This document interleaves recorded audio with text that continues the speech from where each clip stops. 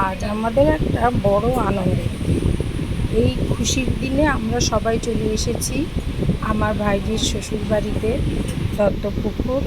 তো এখানে দেখো তোমরা সাজগোজ দেখে গোছানো গাছানো চলছে।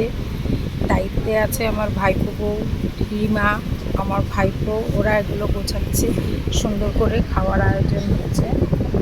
তো আমরা সবাই এসেছি, সব আমার ভাইজি টুকটুকি মানে ওর পিসি, আমরা সব পিসিরা, মাসিমণিরা, মামা, আত্মীয় স্বজন, শ্বশুরবাড়ির দিকের আত্মীয় স্বজন, প্রচুর লোকজন বাড়িতে। তা দেখো ওকে বসিয়ে দেওয়া হয়েছে। এখন আশীর্বাদের পর্ব চলছে।